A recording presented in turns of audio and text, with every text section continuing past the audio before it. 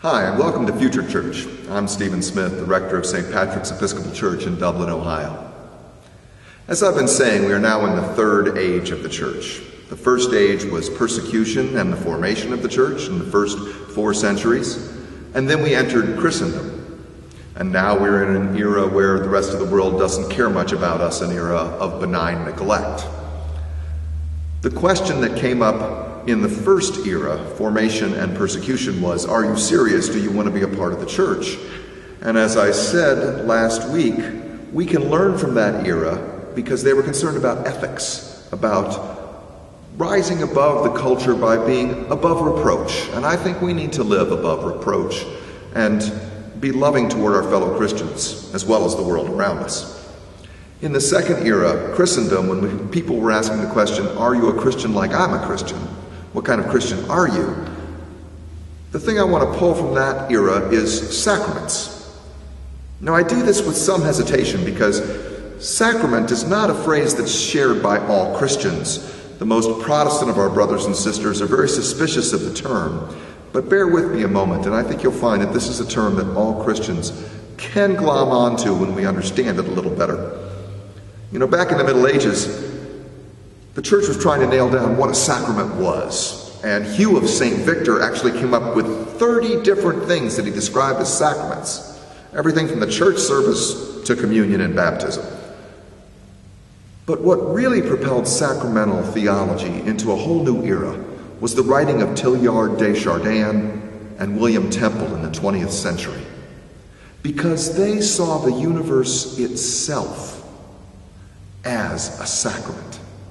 Now let's break down what a sacrament is first. A sacrament is a physical thing that we can see or touch that reminds us of something invisible, which is how much God loves us. So if we can see or touch something that reminds us of how much God loves us, then we call it a sacrament. I think every Christian could say that there are physical things out there that remind us of how much God loves us. Desjardins and Temple said that the whole universe itself can be a sacrament. Anything can be a sacrament. Which means that the place to look for the physical manifestation of God's love is not just here in church, but outside our doors. To go out into the world itself, and we will see God's love there. We are in this third era of the church, where the prevailing question is, does God matter? Well, if we expect people to come to church to find out if God matters, 80% of them are not here on a given weekend. That's just the reality. So if we are really to find out if God matters, then the place to find out, to help our fellow human beings find out, is out these doors. That's where the church needs to be propelled next. Doesn't mean that we don't have worship services here in church. Doesn't mean that we don't have buildings. Doesn't mean that we don't have Sunday school or VBS or youth groups or all kinds of things that bring people into the church. But every single one of those churchy things needs to be pushing us out into the world so that we can find the love of God there.